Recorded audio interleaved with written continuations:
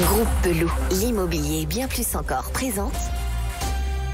Le Grand Matin Week-end Sud Radio. Osez investir, Thomas Binet. Que faire de votre argent? Comment le placer? Où l'investir? Quand et comment? On va en parler avec Thomas Binet et son invité aujourd'hui. Bonjour Thomas. Bonjour Jean-Marie. On parle de quoi aujourd'hui? D'abord, on va parler du mandat de vente. Lequel choisir quand on veut mettre son bien en vente auprès d'une agence immobilière en particulier? Ensuite, on va recevoir Frédéric Boll, président de Swiss Life Asset Manager, gestionnaire d'actifs immobiliers intervenant en bureau et en logement principalement, pour parler investissement en SCPI. Et on terminera par un service qui permet aux copropriétaires de faire des économies sur leurs travaux de copropriété. Oui, ça a l'air pratique tout ça. Tout de suite, c'est parti. AFR Financement Parole de Lyon présente Osez investir, le conseil de la semaine. Et votre conseil de Thomas porte cette semaine sur le mandat de vente à choisir quand on veut céder, donc vendre son bien immobilier. Oui, Jean-Marie, parce qu'il y a plusieurs possibilités, mais on vous proposera généralement le mandat simple ou le mandat exclusif. Ce qui est sûr, c'est qu'il vous faut un mandat, ne l'oublions jamais, qui est un contrat qui vous liera aux professionnels de l'immobilier. Alors, c'est quoi la différence entre ces deux mandats? Alors, on va les regarder tous les deux. Le mandat simple vous permet de confier la vente à plusieurs agences, mais aussi de chercher votre acheteur par vos soins. Ensuite, le mandat exclusif, il vous amène à confier la vente à une seule agence et vous ne pouvez pas envisager d'autres formes de commercialisation pendant, en général, 3 mois, durée initiale du contrat. Vous pourrez, à l'issue de cette période, rompre le contrat en respectant un préavis de 15 jours. À défaut, le contrat est renouvelé tacitement. Bon, alors maintenant que vous m'avez laissé le choix, qu'est-ce que je choisis?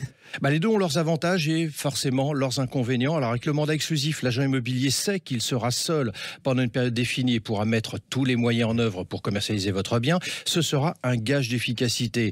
Avec le mandat simple, en revanche, vous restez totalement libre dès le premier jour pour commercialiser comme vous l'entendez votre bien. En revanche, en le mettant dans trop d'agences, ne l'oublions pas, vous surexposez fortement votre bien. Ce n'est jamais très très bon. Alors ça, c'est jamais bon, ça on s'en doute. Est-ce qu'on peut faire du en même temps? Il y a un compromis possible entre les deux? Oui, il y a en même temps, absolument Jean-Marie, et pas qu'en politique. Alors une solution est de signer un mandat simple avec une agence tout en lui laissant une exclusivité morale pendant une période que vous aurez définie avec elle, et en fonction des moyens mis en œuvre et des résultats obtenus, vous pourrez décider de la suite à donner. Ça paraît raisonnable tout ça. Merci beaucoup Thomas. Tout de suite, on accueille votre invité. Nous sommes avec Frédéric Boll. Bonjour à vous. Bonjour. Vous êtes président de Swiss Life Asset Managers France. Vous êtes un gestionnaire d'actifs. Vous gérez, tenez-vous bien, 58,3 milliards d'euros d'encours au 31 décembre dernier. Votre portefeuille est composé principalement d'immobilier de bureau et de logement et vous êtes l'invité de Thomas Binet. Bonjour Frédéric Boll. Bonjour.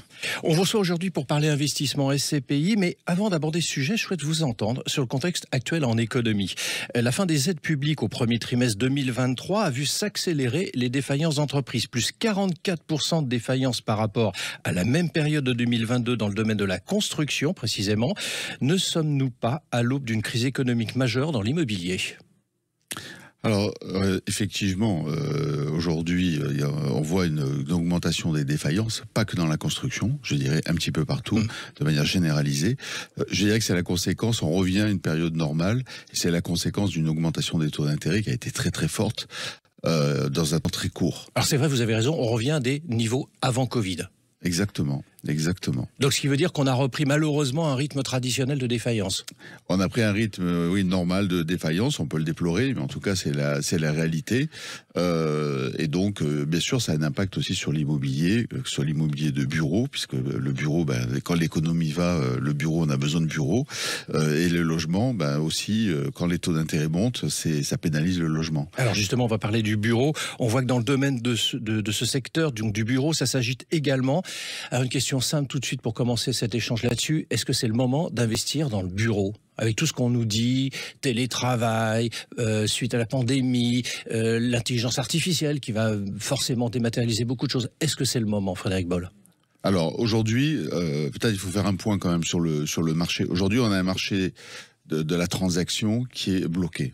D'accord, on constate des baisses assez fortes sur... Oui, 40% de baisse placée sur l'Île-de-France au premier trimestre, a priori. Oui, 40% par rapport au premier trimestre de l'année précédente. Oui, donc c'est énorme. Et quand on prend sur le bureau Île-de-France, par rapport à la moyenne sur 5 ans, c'est moins 60%, les transactions. Moins 60%. Moins 60%. Donc on a un marché qui est plus qu'ankylosé, il est bloqué. Ouais. Voilà.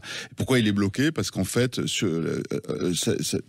le marché aujourd'hui ne trouve pas son équilibre entre les acheteurs et les vendeurs. Voilà. Donc, il faut qu'il y ait des transactions pour que le marché retrouve ses repères et qu'à nouveau les investisseurs reviennent sur le marché, peut-être en investissant sur des immeubles avec des décotes par rapport à ce qu'on a pu connaître dans les meilleures années. Mais eu égard à ce que je disais sur la pandémie, tout ce qui s'est passé depuis plusieurs années, est-ce que ça reste un secteur quand même attractif pour vous ?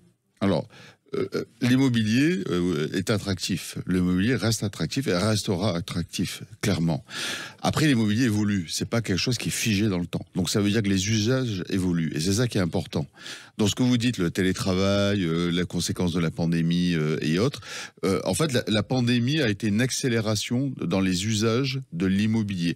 Pas que sur le bureau, on l'a vu sur le logement, la recherche de surface extérieure, on l'a vu sur l'hôtellerie aussi, qui s'est remis complètement en cause. Aujourd'hui, l'hôtellerie est un investissement très intéressant. Ce que vous voulez dire par là, c'est que c'était déjà en dynamique de transformation. Exactement. Et que c'était un booster, la pandémie. Exactement. D'accord. Exactement. Alors, est-ce que le logement, vous avez commencé à en parler, qui vit déjà un début d'année difficile, est-ce qu'on doit aussi s'y intéresser en termes d'investissement ? Est-ce que c'est le bon sujet de placement, le bon actif ? Alors, le logement, oui, ça reste un bon actif, bien entendu. Après, c'est une histoire de prix. Donc, si vous voulez, l'ajustement par les prix ne s'est pas fait aujourd'hui. Ouais, mais les prix sont très forts encore aujourd'hui. Aujourd'hui, les prix sont encore très forts. Donc, c'est pour ça aussi qu'il y a une baisse des volumes à l'achat ou des transactions. Clairement, on a un marché qui n'a pas trouvé son équilibre aujourd'hui, encore une fois, entre l'achat et la vente. Donc, oui, ça reste intéressant, bien entendu, même si les taux d'intérêt ont monté. C'est pour ça aussi que le marché est ankylosé ou bloqué. Nous avons quand même une hausse très importante de taux d'intérêt. Donc, en plus des conditions bancaires qui sont qui se sont durcies ces dernières années. Donc, si vous voulez, il y a plusieurs phénomènes pour le logement. Vous avez des particuliers qui ont vu les taux d'intérêt augmenter. On pouvait s'endetter à 1% sur 20 ans, 25 ans. Aujourd'hui, on est au-dessus de 3%. Déjà. Donc, je veux dire, l'effort est beaucoup plus important pour les particuliers. D'une part. D'autre part, les conditions bancaires se sont durcies.